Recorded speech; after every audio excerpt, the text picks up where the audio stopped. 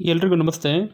ಹೈದರಾಬಾದ್ ಕರ್ನಾಟಕ ಮೀಸಲಾತಿಗೆ ಸಂಬಂಧಪಟ್ಟಂತೆ ಈಗೇನು ಪ್ರಸ್ತುತ ಸನ್ನಿವೇಶದಲ್ಲಿ ನಡೀತಿರ್ತಕ್ಕಂಥ ಘಟನೆಗಳನ್ನು ನೋಡೋದಾದರೆ, ಈ ಹಿಂದೆ 2013ರಲ್ಲಿ ಇದೇ ಮೀಸಲಾತಿ ಜಾರಿಯಾದಾಗ ಒಬ್ಬ ಮಿಕ್ಕುಳಿದ ವೃಂದದ ಅಥವಾ 24 ಜಿಲ್ಲೆಗೆ ಸೇರಿದ ಅಭ್ಯರ್ಥಿಗಳಾದ ನಾವು ಅದನ್ನು ಸ್ವಾಗತ ಮಾಡಿದ್ವು.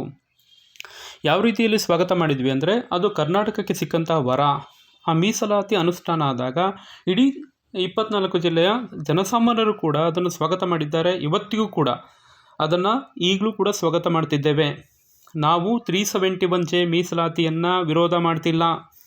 ಸ್ಪಷ್ಟವಾಗಿ 100ಕ್ಕೆ 100 ಪದೇ ಪದೇ ಹೇಳ್ತಾ ಇದ್ದೀವಿ. ನಮ್ಮ ವಿರೋಧ ಈ ಸಂವಿಧಾನಾತ್ಮಕವಾಗಿರ್ತಕ್ಕಂಥ 371J ಮೀಸಲಾತಿಗಲ್ಲ. ನಾವು ಈಗೇನು ರಾಷ್ಟ್ರಪತಿ ಆದೇಶ ಮಾಡಿದರು 2012ರಲ್ಲಿ ಸಂಸತ್ತಿನಲ್ಲಿ ಚರ್ಚೆ ಆಗಿದ್ದು ನಂತರದಲ್ಲಿ ಕಾನೂನಾಗೋದಕ್ಕಿಂತ ಮುಂಚಿತವಾಗಿ ರಾಷ್ಟ್ರಪತಿಗೆ ಹೋಯಿತು. ರಾಷ್ಟ್ರಪತಿಯವರು ಸಹಿ ಹಾಕಿ ಅದನ್ನು ಆದೇಶ ಮಾಡಿದರು. ಈಗೇನು ನೀವು ಗೆಜೆಟ್ ಆಫ್ ಇಂಡಿಯಾ ಅಂತ ನೋಡ್ತಿದ್ದೀರಿ, ಅದರಲ್ಲಿ ರಾಷ್ಟ್ರಪತಿ ಆದೇಶ ಆದ ನಂತರದಲ್ಲಿ ರಾಷ್ಟ್ರಪತಿ ಆದೇಶದಲ್ಲಿ ನಮಗೆ ಅದರ ವಿರೋಧ ಇಲ್ಲ, ಅದಕ್ಕೆ ಅಲ್ಲಿ ಕರೆಕ್ಟ್ ಇದೆ. ನಂತರದಲ್ಲಿ ಈಗೇನು ನೀವು ಇಮೇಜಲ್ಲಿ ನೋಡ್ತಾ ಇದ್ದೀರಿ 371J ರಾಷ್ಟ್ರಪತಿ ಆದೇಶ ಮಾಡಿದ ಮೇಲೆ ರಾಜ್ಯಪಾಲರಿಗೆ ಅಧಿಕಾರ ಕೊಟ್ಟರು. ರಾಜ್ಯಪಾಲರು ಅಧಿಕಾರ ಕೊಟ್ಟಿದ ಮೇಲೆ ರಾಜ್ಯಪಾಲರು ಕಾಯ್ದೆಯನ್ನು ಹೊರಡಿಸಿದ್ರು. DPIR 06 PLX 2012 6/11/2013 ಇದು ಗವರ್ನರ್ ಆರ್ಡರು 371Jಗೆ ಸಂಬಂಧಪಟ್ಟಂತೆ ಕರ್ನಾಟಕ ರಾಜ್ಯದಲ್ಲಿ ಹೊರಡಿಸಿರ್ತಕ್ಕಂಥ ಆದೇಶ. ಇದಕ್ಕೂ ನಮ್ಮ ವಿರೋಧ ಇಲ್ಲ, ಇದನ್ನು ನಾವು ಒಪ್ಕೊಂಡಿದ್ದೇವೆ. ಅಂದರೆ ನಾವು ಸಂವಿಧಾನಾತ್ಮಕವಾಗಿರ್ತಕ್ಕಂಥ ಎಲ್ಲ ದಾಖಲೆಗಳನ್ನು ಒಪ್ಕೊಳ್ತಿದ್ದೀವಿ. ನಾವು ರಾಷ್ಟ್ರಪತಿ ಆದೇಶವನ್ನು ಒಪ್ಕೊಳ್ತಿದ್ದೀವಿ, ರಾಜ್ಯಪಾಲರ ಆದೇಶ ಸರಿ ಇದೆ ಅಂತ ಒಪ್ಕೊಳ್ತಿದ್ದೀವಿ, ರಾಜ್ಯಪಾಲರ ನಿಯಮ ಸರಿ ಇದೆ ಅಂತ ಒಪ್ಕೊಳ್ತಿದ್ದೀವಿ. ಅಂದರೆ ನಾವು ಈ ಎಲ್ಲ ದಾಖಲೆಗಳನ್ನು ಕೂಡ ಸರಿ ಇದೆ. ನಂತರದಲ್ಲಿ ನೋಟಿಫಿಕೇಶನ್ 1 ಬರುತ್ತೆ 29/1/2014 DPAR 43 HKC 2013. ಇದು ಕೂಡ ರಾಜ್ಯಪಾಲರು ನಿಯಮವನ್ನು ರೂಪಿಸಿದ್ರು. ಆದೇಶ ಆದಮೇಲೆ ನಿಯಮಗಳನ್ನು ಯಾವ ರೀತಿ ಮೀಸಲಾತಿಯನ್ನು ಅನುಷ್ಠಾನ ಮಾಡಬೇಕು ಅಂದರೆ ಬಡ್ತಿಯಲ್ಲಾಗಿರ್ಬೋದು, ವರ್ಗಾವಣೆಯಲ್ಲಾಗಿರ್ಬೋದು, ನೇಮಕಾತಿಯಲ್ಲಾಗಿರ್ಬೋದು ಯಾವ ರೀತಿ ಅನುಷ್ಠಾನ ಮಾಡಬೇಕು ಅಂತ ನಿಯಮಗಳನ್ನು ರೂಪಿಸಿದ್ರು. ಇದಕ್ಕೆ ನಮ್ಮ ವಿರೋಧ ಇಲ್ಲ. ಹಾಗಾದರೆ ನಾವು ವಿರೋಧ ಮಾಡ್ತಕ್ಕಂಥದ್ದು ಏನಕ್ಕೆ?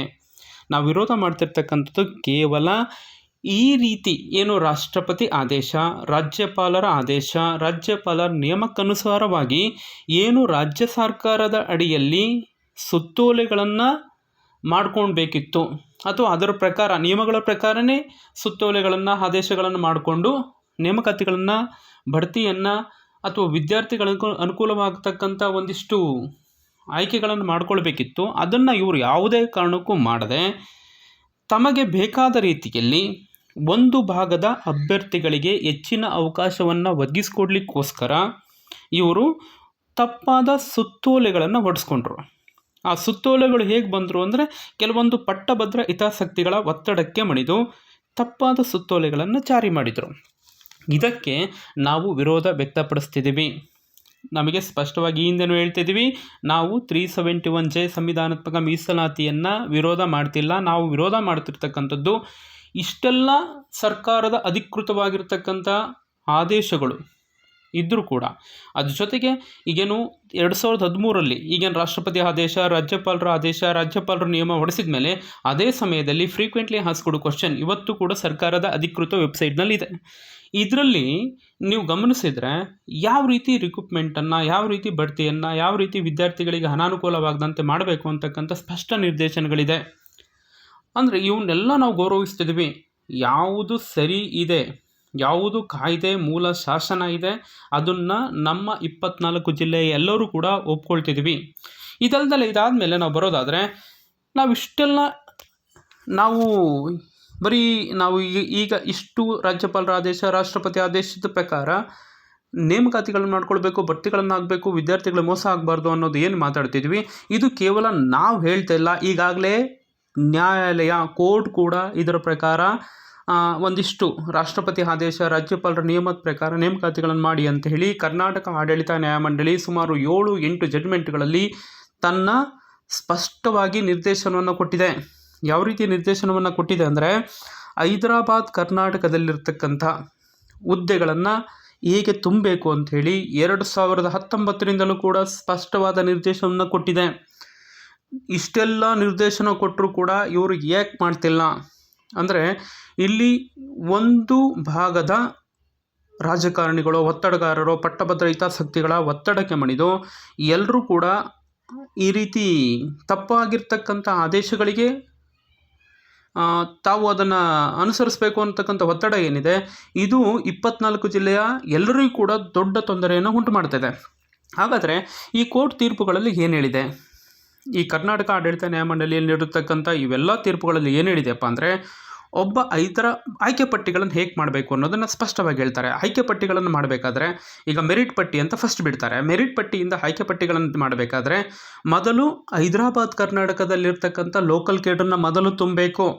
ಉದಾಹರಣೆ, ಲೋಕಲ್ ಕೇಡ್ರಲ್ಲಿ ಒಂದು 100 ಹುದ್ದೆಗಳಿದೆ ಅಂದ್ಕೊಳ್ಳೋಣ.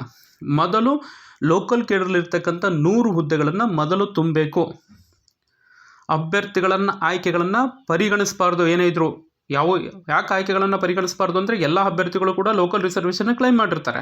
ಸೊ ಹಾಗಾಗಿ ಅಭ್ಯರ್ಥಿಗಳನ್ನು ಮೊದಲು 100 ಹುದ್ದೆಗಳನ್ನು ತುಂಬಬೇಕು. ಮಿಕ್ಕುಳಿದ ವೃಂದದಲ್ಲೂ ಕೂಡ ಹುದ್ದೆಗಳಿರ್ತದೆ. ಸೊ 100 ಹುದ್ದೆಗಳನ್ನು ಲೋಕಲ್ ಕೇಡರ್ ಅಥವಾ ಸ್ಥಳೀಯ ವೃಂದದಲ್ಲಿ ತುಂಬಿದ ಮೇಲೆ 100 ಹುದ್ದೆಗಳೆಲ್ಲವೂ ಭರ್ತಿ ಆದಮೇಲೆ ಲೋಕಲ್ ಕೇಡರಲ್ಲಿ ಈಗ 101ನೇ ಅಭ್ಯರ್ಥಿ, ಆ ಅಭ್ಯರ್ಥಿಗೆ ಲೋಕಲ್ ಕೇಡರ್ ಅಥವಾ ಸ್ಥಳೀಯ ವೃಂದದಲ್ಲಿ ಅವಕಾಶ ಇಲ್ಲ ಅಂತ ಸಂದರ್ಭದಲ್ಲಿ ಮಾತ್ರ ಅವನು ರೆಸಿಡ್ಯೂಯಲ್ ಕೇಡ್ರು, ಈ ಕೇಡ್ರಿಗೆ ಬರಬೇಕು. ಯಾಕಂದರೆ ಇದು 2 ಸಪ್ರೇಟ್ ಕೇಡ್ರು, 2 ಸಪ್ರೇಟ್ ಯೂನಿಟ್ ಅಂತಕ್ಕಂಥದ್ದು ಮೂಲ ಶಾಸನ ನಿಯಮದಲ್ಲಿದೆ. ಯಾವುದನ್ನು ಕೂಡ ಬೇಕಾಬಿಟ್ಟು ಆಯ್ಕೆ ಪಟ್ಟಿಗಳನ್ನು ತುಂಬಲಿಕ್ಕೆ ಬರೋದಿಲ್ಲ. ಅದಕ್ಕೆ ಸಂಬಂಧಪಟ್ಟಂತೆ ರಾಜ್ಯಪಾಲರ ಆದೇಶದಲ್ಲಿ ಸ್ಪಷ್ಟವಾಗಿ ಹೇಳ್ತಾರೆ. ಅಂದರೆ ನಾನೀಗ ಆಯ್ಕೆ ಪಟ್ಟಿಗಳನ್ನು ಹೇಗೆ ತಯಾರು ಮಾಡಬೇಕು ಅಂತ ಹೇಳಿದೆ. ಅಂದರೆ ಹೈದರಾಬಾದ್ ಕರ್ನಾಟಕದಲ್ಲಿರ್ತಕ್ಕಂಥ ಸ್ಥಳೀಯ ವೃಂದವನ್ನು ಆಯ್ಕೆ ಪಟ್ಟಿ ತುಂಬಬೇಕಾದ್ರೆ ಮೊದಲು ಆ ವೃಂದವನ್ನು ಮೊದಲು ತುಂಬಿಡಬೇಕು. ಎಷ್ಟು ಹುದ್ದೆಗಳಿದೆ ಅಷ್ಟು ಹುದ್ದೆಗಳು. ನಂತರದಲ್ಲಿ ಅಲ್ಲಿ ಆಯ್ಕೆ ಆಗಲಿಕ್ಕೆ ಸಾಧ್ಯವಾಗದ ಅಭ್ಯರ್ಥಿಯನ್ನು, ಯಾರಿಗಲ್ಲಿ ಹುದ್ದೆಗಳು ಅಲ್ಲಿಗೆ ಮುಗೀತದೆ, ನಂತರ ಅಲ್ಲಿ ಆಯ್ಕೆ ಆಗಲಿಕ್ಕಾಗಲ್ಲ, ಆ ಅಭ್ಯರ್ಥಿ ಇಲ್ಲೆಲ್ಲೋ RPCಯಲ್ಲಿ ಸೆಲೆಕ್ಟ್ ಆಗಲಿಕ್ಕೆ ಅವಕಾಶ ಇದ್ದರೆ ಆಗ ಮಾತ್ರ ಅವನು ಇಲ್ಲಿ ಬಂದು ಸೆಲೆಕ್ಟ್ ಆಗ್ಬೋದು ಅನ್ನೋದನ್ನು ಹೇಳ್ತಾರೆ. ಅದ್ರ ಜೊತೆಗೆ ಈ ಮೂಲ ನಿಯಮದಲ್ಲೂ ಕೂಡ ಕೆಲವೊಂದಿಷ್ಟು ಸ್ಪಷ್ಟವಾಗಿರ್ತಕ್ಕಂಥ ನಿರ್ದೇಶನಗಳಿದೆ. ಯಾವುದೇ ಅಭ್ಯರ್ಥಿ ಈ ಒಂದು 371 ರಿಸರ್ವೇಷನಿಂದ ಬಾಧಿತನಾಗಬಾರ್ದು. ಅಂದರೆ ಅವನು SC, ST, OBC, rural, Kannada medium, X-service man, women, ಯಾವುದೇ ಅಭ್ಯರ್ಥಿ ಆಗಿರ್ಬೋದು, ಈ 371J ರಿಸರ್ವೇಷನ್ನಿಂದ ಬಾಧಿತನಾಗಬಾರ್ದು ಅಂತಕ್ಕಂಥದ್ದು ಕ್ಲಾಸ್ 10ಅಲ್ಲಿದೆ. ಜೊತೆಗೆ ಯಾಕೆ ನಾವು ಲೋಕಲ್ ರಿಸರ್ವೇಷನನ್ನು separate, any category post separate unit, ಬಡ್ತಿಯಲ್ಲಿ ಹೇಗೆ ಮೀಸಲಾತಿಯನ್ನು ಅನುಷ್ಠಾನ ಮಾಡ್ತೀವೋ ಅದೇ ರೀತಿ ನೇಮಕಾತಿಯಲ್ಲೂ ಮಾಡಬೇಕು. ನೇಮಕಾತಿಯಲ್ಲಿ ಹೇಗೆ ಅನುಷ್ಠಾನ ಆಗುತ್ತೋ ಅದು ವರ್ಗಾವಣೆಯಲ್ಲಿ ನೇಮಕ ಅನ್ವಯ ಆಗಬೇಕು. ಅದಕ್ಕೆ ಹೇಳ್ತಾನೆ ರಾಜ್ಯಪಾಲರ ಆದೇಶದ ಕ್ಲಾಸ್ 5ಅಲ್ಲಿ any category of post shall be a separate unit for purpose of recruitment, appointment, seniority, promotion and transfer such other matters. ಅಂದರೆ ಇವೆಲ್ಲವೂ ಕೂಡ ಕ್ಲಿಯರ್ ಡೈರೆಕ್ಷನ್ನಲ್ಲಿ ರಾಜ್ಯಪಾಲರ ಆದೇಶದಲ್ಲಿದೆ. ಅಂದರೆ ಇವಿಷ್ಟೆಲ್ಲ ಇದ್ದರೂ ಕೂಡ ಇವರು ತಮಗೆ ಬೇಕಾದಂತೆ ಸುತ್ತೋಲೆಗಳನ್ನು ಹೊರಡಿಸ್ಕೊಂಡಿರ್ತಾರೆ. ಇವೆಲ್ಲ ಈ ಆದೇಶಗಳನ್ನು ನೋಡಿದ್ರಲ್ಲ, ಈ ಎಲ್ಲ ಆದೇಶಗಳನ್ನು ನೋಡಿದ ಮೇಲೂ ಕೂಡ ನಿಮಗನ್ಸೋದು ಇವರೆಲ್ಲ ಸುತ್ತೋಲೆಗಳನ್ನು ಯಾಕೆ ಈ ರೀತಿ ಮಾಡ್ಕೊಳ್ತಿದ್ದಾರೆ ಅಂತೇಳಿ. ಈ ಎಲ್ಲ ಸುತ್ತೋಲೆಗಳನ್ನು ಹೊರಡಿಸ್ಕೊಳ್ಳೋಕ್ಕೆ ಇವ್ರಿಗೆ ಯಾವುದೇ ರೈಟ್ಸ್ ಇಲ್ಲ. ನೀವೀಗಲೂ ಕೂಡ ಪ್ರಶ್ನೆ ಕೇಳ್ಬೋದು, ಹಾಗಾದರೆ ಈ 1-2-2023 ಸುತ್ತೋಲೆ ಆಗಿರ್ಬೋದು, 6-6-2020 ಈ ಹಿಂದಿನ ಸುತ್ತೋಲೆ ಆಗಿರ್ಬೋದು, ಈ ಎರಡೂ ಸುತ್ತೋಲೆಗಳನ್ನು ನೀವು ಹೇಗೆ ಅನ್ವಯ ಮಾಡ್ಕೊಂಡ್ರಿ ಅಂತ ಪ್ರಶ್ನೆ ಮಾಡಿದರೆ ಅವ್ರ ಹತ್ರ ಉತ್ತರ ಇಲ್ಲ. ಯಾಕೆ ಉತ್ತರ ಇಲ್ಲ ಅಂದರೆ, ಈ ಸುತ್ತೋಲೆಗಳನ್ನು ಅನ್ವಯ ಮಾಡ್ಕೊಳ್ಳೋಕ್ಕೆ ರಾಜ್ಯಪಾಲರ ಆದೇಶದಲ್ಲಿ ಎಲ್ಲೂ ಕೂಡ ಯಾವುದೇ ಅಧ್ಯಾಯದ ಖಂಡಿಕೆಯಲ್ಲಿ ಅವಕಾಶ ಇಲ್ಲ, ರಾಜ್ಯಪಾಲರ ಆದೇಶ ನಿಯಮದಲ್ಲಿ ಅವಕಾಶ ಇಲ್ಲ, ಇವರೇ ರಚಿಸ್ಕೊಂಡಿರ್ತಕ್ಕಂಥ FAQ ಫ್ರೀಕ್ವೆಂಟ್ಲಿ ಆಸ್ಕ್ಡ್ ಕ್ವಶನಲ್ಲಿ ಎಲ್ಲೂ ಕೂಡ ಇಲ್ಲ.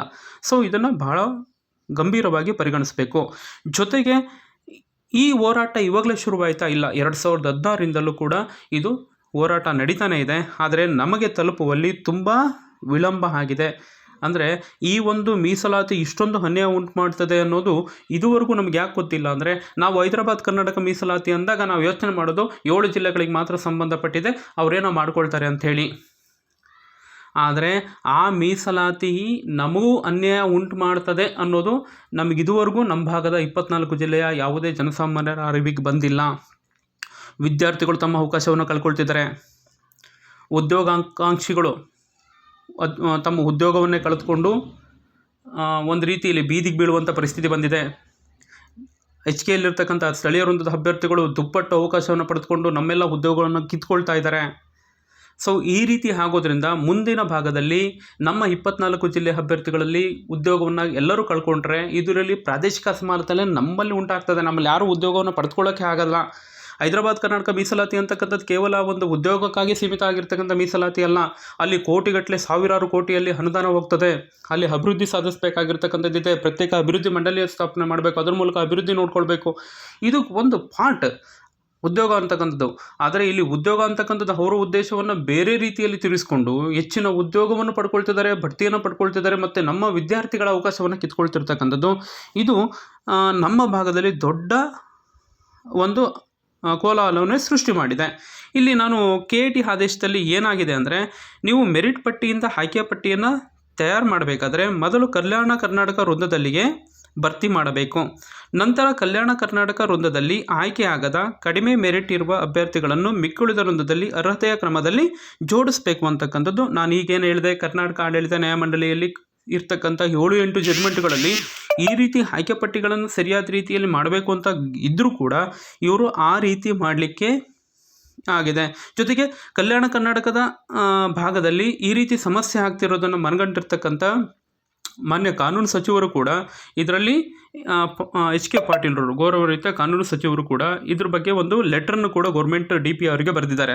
ಹೌದು, ಇದರಲ್ಲಿ ಏನೋ ಸಮಸ್ಯೆ ಆಗ್ತಿದೆ, ಕರ್ನಾಟಕ ಆಡಳಿತ ನ್ಯಾಯಮಂಡಳಿಯಲ್ಲಿ ಈ ರೀತಿ ಆಯ್ಕೆ ಪಟ್ಟಿಗಳನ್ನು ತಯಾರು ಮಾಡಬೇಕು ಅಂತ ಹೇಳಿದ್ದಾರೆ. ಅದನ್ನು ಪರಿಷ್ಕರಿಸಿ ಸರಿಯಾದ ರೀತಿಯಲ್ಲಿ ಅನುಷ್ಠಾನ ಮಾಡಿ ಅಂತ ಮಾನ್ಯ ಹಾಲಿ ಇರ್ತಕ್ಕಂಥ ಕಾನೂನು ಸಚಿವರೇ ಕರ್ನಾಟಕ ಸರ್ಕಾರಕ್ಕೆ ಒಂದು ಮನವಿಯನ್ನು ಮಾಡಿಕೊಂಡಿದ್ದಾರೆ. ಇದರ ಸಂಬಂಧ 24 ಜಿಲ್ಲೆಯ ಅಭ್ಯರ್ಥಿಗಳು ದಿನಾಂಕ 1ನೇ ತಾರೀಕು ಬೃಹತ್ ಪ್ರತಿಭಟನೆಯನ್ನು ಫ್ರೀಡಂ ಪಾರ್ಕಲ್ಲಿ ಹಮ್ಮಿಕೊಂಡಿದ್ದಾರೆ. ಸೊ ಈ ಒಂದು ಪ್ರತಿಭಟನೆ ಯಶಸ್ವಿಯಾಗಲಿ ಅಂತ ಕೇಳ್ಕೊಳ್ತೇನೆ. ಜೊತೆಗೆ ಇದರೆಲ್ಲರೂ ಕೂಡ ಪಾಲ್ಗೊಂಡು ಇದು ದೊಡ್ಡ ಮಟ್ಟದ ಪ್ರಾದೇಶಿಕ ಅಸಮಾಧಾನ ಉಂಟಾಗದಂತೆ ಈ ಭಾಗದಲ್ಲಿ ನೋಡ್ಕೊಳ್ಬೇಕಾಗಿರ್ತಕ್ಕಂಥದ್ದು ಎಲ್ಲರ ಕರ್ತವ್ಯ. ಇನ್ನೊಂದು ಬಹಳ ಮುಖ್ಯವಾಗಿರ್ತಕ್ಕಂಥ ವಿಚಾರ ಏನಂದರೆ, ಕೇವಲ ಈ ಏನು ಸರ್ಕ್ಯುಲರ್ಗಳ ಅಥವಾ ತಪ್ಪಾದ ಸುತ್ತೋಲೆಗಳನ್ನು ಹೊರಡಿಸ್ಕೊಂಡಿರಲಿಕ್ಕೆ ನೇಮಕ ಮಾಡಿರ್ತಕ್ಕಂಥ ಉಪಸಚಿವ ಸಂಪುಟ ಸಮಿತಿ ಏನಿದೆ, ಅದು ಕೇವಲ ತನ್ನ ಕಾರ್ಯವನ್ನು ಮಾಡಬೇಕಾಗಿದೆ. ಅದರ ಕಾರ್ಯ ಏನು? ಕೇವಲ ಹೈದರಾಬಾದ್ ಕರ್ನಾಟಕ ಭಾಗದಲ್ಲಿ ಪ್ರಗತಿ ಪರಿಶೀಲನೆ ಮಾಡಿ ಪರಾಮರ್ಶೆ ನಡೆಸ್ತಕ್ಕಂಥ ಕೆಲಸವನ್ನು ಮಾಡಬೇಕಾಗಿರ್ತಕ್ಕಂಥ ಕಮಿಟಿ ತಪ್ಪಾದ ಸರ್ಕ್ಯುಲರ್ಗಳನ್ನು ಹೊರಡಿಸ್ಕೊಳ್ತಿದೆ. ಇದಕ್ಕೆ ಯಾವುದೇ ಅಧಿಕಾರ ಇಲ್ಲ. ಈ ರೀತಿ ಸರ್ಕ್ಯುಲರ್ಗಳನ್ನು ಹೊರಡಿಸ್ಕೊಳ್ಳೋಕ್ಕೆ ಎಲ್ಲೂ ಕೂಡ ಪವರ್ ಇಲ್ಲ. ಕಾರಣ, ಇದು ಸಂವಿಧಾನಾತ್ಮಕವಾಗಿರ್ತಕ್ಕಂಥ ತಿದ್ದುಪಡಿ ಆಗಿರೋದ್ರಿಂದ ಇಲ್ಲಿ ಮೊದಲ ಅಥವಾ ನಂತರದಲ್ಲಿ ಏನೇ ಬದಲಾವಣೆಗಳಾಗಬೇಕು ಅಥವಾ ಕಾನೂನಲ್ಲಿ ಬದಲಾವಣೆ ಆಗಬೇಕು ಅಂದರೆ ಮತ್ತೆ ಇದು ಸಂಸತ್ತಿನಲ್ಲೇ ಆಗಬೇಕು. ಇವರು ಯಾವ ರೀತಿ ಮಾಡ್ಕೊಳ್ತಾ ಇದ್ದಾರೆ, ಇದು ಸಂಪೂರ್ಣವಾಗಿ ಗೇಮಿಂಗ್. ಒಂದು ಭಾಗದ ಅಭ್ಯರ್ಥಿಗಳಿಗೆ ಹೆಚ್ಚಿನ ಅವಕಾಶವನ್ನು ಮಾಡಿಕೊಡ್ಲಿಕ್ಕೆ ಮಾಡ್ತಿರ್ತಕ್ಕಂಥ ಒಂದಿಷ್ಟು ಪ್ರಯತ್ನವಾಗಿದೆ. ಹಾಗಾದರೆ ಆಯ್ಕೆ ಪಟ್ಟಿಗಳನ್ನು ಇವರು ಏಕೆ ತಪ್ಪಾಗಿ ಅನುಷ್ಠಾನ ಮಾಡ್ತಿದ್ದಾರೆ ಅಂದರೆ, ಇವ್ರನ್ನ ಮಾಡೋದೇನಪ್ಪ ಅಂದರೆ, ಹೈದರಾಬಾದ್ ಕರ್ನಾಟಕದ ಅಭ್ಯರ್ಥಿಗಳನ್ನು ಭರ್ತಿ ಮಾಡಬೇಕಾದ್ರೆ ಮೊದಲೇನು ಮಾಡ್ತಾರಪ್ಪ ಅಂದರೆ, ಮೆರಿಟ್ ಇರ್ತಕ್ಕಂಥ 2 ಸಪ್ರೇಟ್ ಕೇಡ್ರು ಸಪ್ರೇಟ್ ಯೂನಿಟ್ ಇದೆ ಅಂದರೂ ಕೂಡ ಮೆರಿಟ್ ಇರ್ತಕ್ಕಂಥ ಎಲ್ಲ ಅಭ್ಯರ್ಥಿಗಳನ್ನು ಮೊದಲು ಮಿಕ್ಕುಳಿದ ವೃಂದದಲ್ಲಿ ತುಂಬಿಡ್ತಾರೆ. ತುಂಬಿಟ್ಟು ಆ ಅಭ್ಯರ್ಥಿಗೆ ಫಸ್ಟ್ ಎಲ್ಲಿ ತುಂಬ್ತಾರೆ, ನಮ್ಮ ಭಾಗದಲ್ಲಿರ್ತಕ್ಕಂಥ GM ಪೋಸ್ಟಲ್ಲಿ ತುಂಬಕ್ಕೆ ನೋಡ್ತಾರೆ. ನಂತರದಲ್ಲಿ ನಮ್ಮ ಭಾಗದಲ್ಲಿರ್ತಕ್ಕಂಥ ಜಾತಿ ಆಧಾರಿತ ಮೀಸಲಾತಿಗಳಲ್ಲಿ ತುಂಬಕ್ಕೆ ನೋಡ್ತಾರೆ. ಇಲ್ಲೆಲ್ಲೂ ಆಗಲಿಲ್ಲ ಅಂದರೆ ಲೋಕಲ್ ಕೇಡಲ್ಲಿ ತುಂಬಿಡ್ತಾರೆ. ಆ ರೀತಿ ಬರ್ತಕ್ಕಂಥವ್ರ ಸಂಖ್ಯೆಯಲ್ಲಿ ಹೆಚ್ಚಾಗಿರೋದ್ರಿಂದ ನಮ್ಮ ಭಾಗದಲ್ಲಿರ್ತಕ್ಕಂಥ ಅಭ್ಯರ್ಥಿಗಳು ಉದ್ಯೋಗವನ್ನು ಕಳೆದುಕೊಳ್ತಾರೆ. ಒಂದಿಷ್ಟು ಉದಾಹರಣೆ ಕೊಡೋದಾದರೆ, ನೀವು ಸ್ಪಷ್ಟವಾಗಿ ಅರ್ಥ ಮಾಡ್ಕೊಳ್ಳೋದಾದ್ರೆ, ಇಲ್ಲಿ 2 ಸಪ್ರೇಟ್ ಕೇಡ್ರ್ ಇದೆ. ಒಂದು ಲೋಕಲ್ ಕೇಡ್ರು, ಇನ್ನೊಂದು ರೆಸಿಡೆಂಟ್ ಕೇಡ್ರು. ಈಗ ಲೋಕಲ್ ಕೇಡ್ರಲ್ಲಿ 100 ಪೋಸ್ಟ್ಗಳಿದೆ ಅನ್ಕೊಳ್ಳೋಣ. ನಮ್ಮ ಭಾಗದ 24 ಜಿಲ್ಲೆಗಳಿಗೆ 300 ಪೋಸ್ಟ್ ಇದೆ ಅನ್ಕೊಳ್ಳೋಣ. ಆಯ್ಕೆ ಪಟ್ಟಿಗಳನ್ನು ಹೇಗೆ ಮಾಡ್ತಾರಪ್ಪ ಅಂದರೆ, 100 ಪೋಸ್ಟ್ಗಳನ್ನು ಅವರೇ ಇಟ್ಕೊಂಡ್ಬಿಡ್ತಾರೆ. ಸೊ ಇಲ್ಲಿ ಆಯ್ಕೆ ಪಟ್ಟಿಗಳನ್ನು 100 ಪೋಸ್ಟ್ಗಳನ್ನು ಅವರಿಗೆ ಅಂತ ಇಟ್ಕೊಂಡ್ಬಿಟ್ಟು, ಈ ಹೈದರಾಬಾದ್ ಕರ್ನಾಟಕದ 7 ಜಿಲ್ಲೆಗಳಿರ್ತಕ್ಕಂಥ ಮೆರಿಟ್ ಇರ್ತಕ್ಕಂಥ ಅಭ್ಯರ್ಥಿಗಳನ್ನೆಲ್ಲ ಮೆರಿಟ್ ಇದ್ದಾರೆ ಅನ್ನೋ ಕಾರಣಕ್ಕೋಸ್ಕರ ಈ ರೀತಿ ತುಂಬಲಿಕ್ಕೆ ಅವಕಾಶ ಇಲ್ಲ. ಸಪ್ರೇಟ್ ಕೇಟ್ರು ಮೆರಿಟ್ ಇದ್ದಾರೆ ಅನ್ನೋ ಕಾರಣಕ್ಕೋಸ್ಕರ ನಮ್ಮ ಭಾಗದಲ್ಲಿ ತುಂಬಿಡ್ತಾರೆ. ಅಲ್ಲಿರ್ತಕ್ಕಂಥ ಮೆರಿಟ್ ಇರ್ತಕ್ಕಂಥ ಎಷ್ಟು ಜನ ಅಭ್ಯರ್ಥಿಗಳು ಇಲ್ಲಿ ಬಂದು ತುಂಬ್ಕೊತಾರೋ ಅಷ್ಟು ಜನ ಮೆರಿಟ್ ಇರ್ತಕ್ಕಂಥ ನಮ್ಮ ಭಾಗದ ಅಭ್ಯರ್ಥಿಗಳು ಹೊರಗಡೆ ಹೋಗ್ಬಿಡ್ತಾರೆ. ಅಲ್ಲಿ ಈಗ ಅವ್ರು ಇಲ್ಲಿ ಬಂದು ಸೆಲೆಕ್ಟ್ ಆಗಿಬಿಟ್ರು, ನಮ್ಮ ಭಾಗದಲ್ಲಿರ್ತಕ್ಕಂಥ ಮೆರಿಟ್ ಇರ್ತಕ್ಕಂಥ ಅಭ್ಯರ್ಥಿಗಳು ಹೊರಗಡೆ ಹೋಗ್ಬಿಟ್ರು. ಈಗ ಅಲ್ಲಿಗೆ ಯಾರು ತುಂಬ್ತಾರೆ? ನಮ್ಮ ಭಾಗದಲ್ಲಿ ಹೊರಗಡೆ ಹೋದ್ರಲ್ಲ, ಅವ್ರಿಗಿಂತ ಕಡಿಮೆ ಇರತಕ್ಕಂಥ ಅಂಕ ಇರತಕ್ಕಂಥ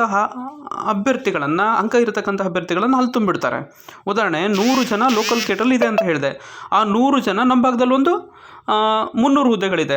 ಸೊ ಅಲ್ಲಿ ಮೆರಿಟ್ ಇದ್ದಾರೆ ಅಂತ 100 ಜನ ಈ ಕಡೆ ಬಂದುಬಿಟ್ರೆ 100 ಜನ ನಮ್ಮ ಭಾಗದಲ್ಲಿ ಉದ್ಯೋಗಗಳನ್ನು ಕಳ್ಕೊಂಡ್ಬಿಟ್ರು. 24 ಜಿಲ್ಲೆಗಳಲ್ಲಿ 300 ಹುದ್ದೆಗಳಲ್ಲಿ 100 ಹುದ್ದೆಗಳನ್ನು ಅವರು ಪಡ್ಕೊಂಡ್ಬಿಟ್ರೆ 24 ಜಿಲ್ಲೆಗಳಿಗೆ ಪಡ್ಕೊಂಡಿರ್ತಕ್ಕಂಥ ನಾವು ಹುದ್ದೆಗಳು 200. ಈಗ ಲೋಕಲ್ ಕೇಡ್ರಲ್ಲಿ ಆಲ್ರೆಡಿ 100 ಹುದ್ದೆಗಳನ್ನು ರಿಸರ್ವ್ಡ್ ಅಂತ ಇಟ್ಕೊಂಡಿದ್ರು. ಅಲ್ಲಿ ಮೆರಿಟ್ ಅಂತ 100 ಜನ ಇಲ್ಲಿ ಬಂದು ಸೆಲೆಕ್ಟ್ ಆಗಿದ್ದ ಕಾರಣಕ್ಕೋಸ್ಕರ ಅವ್ರು ಸೆಲೆಕ್ಟ್ ಆಗಿದ್ದು 200. ಅಂದರೆ 7 ಜಿಲ್ಲೆಗಳಿಗೆ 200 ಜನ ಸೆಲೆಕ್ಟ್ ಆದರು, 24 ಜಿಲ್ಲೆಗಳಿಗೆ 200 ಜನ ಸೆಲೆಕ್ಟ್ ಆದರು. ಅಂದರೆ ಇಲ್ಲಿ ಪ್ರಾದೇಶಿಕ ಅಸಮಾನತೆ ಅನ್ನೋದು ಎಷ್ಟು ಮಟ್ಟಿಗೆ ಆಗ್ತಾ ಇದೆ. ಇದಕ್ಕಿಂತ ದೊಡ್ಡ ಮಟ್ಟದ ಅನ್ಯಾಯಗಳು ಇತ್ತೀಚಿನ ನೇಮಕಾತಿಗಳಲ್ಲೂ ಕೂಡ ಆಗ್ತಾಯಿದೆ. ಇದು ದೊಡ್ಡ ಮಟ್ಟದ ಅನ್ಯಾಯ. ಅಂದರೆ 7 ಜಿಲ್ಲೆಗಳಿಗೆ 150 ಹುದ್ದೆಗಳು, 24 ಜಿಲ್ಲೆಗಳಿಗೂ 150 ಹುದ್ದೆಗಳು, 7 ಜಿಲ್ಲೆಗಳಿಗೆ 60 ಹುದ್ದೆ ಆದರೆ 24 ಜಿಲ್ಲೆಗಳಿಗೆ 60 ಹುದ್ದೆಗಳೇ. ಯಾವ ರೀತಿ ಇದು ದೊಡ್ಡ ಮಟ್ಟದ ಅನ್ಯಾಯ ಆಗ್ತಾಯಿದೆ ಅನ್ನೋದನ್ನು ನೀವೇ ಯೋಚನೆ ಮಾಡಿ.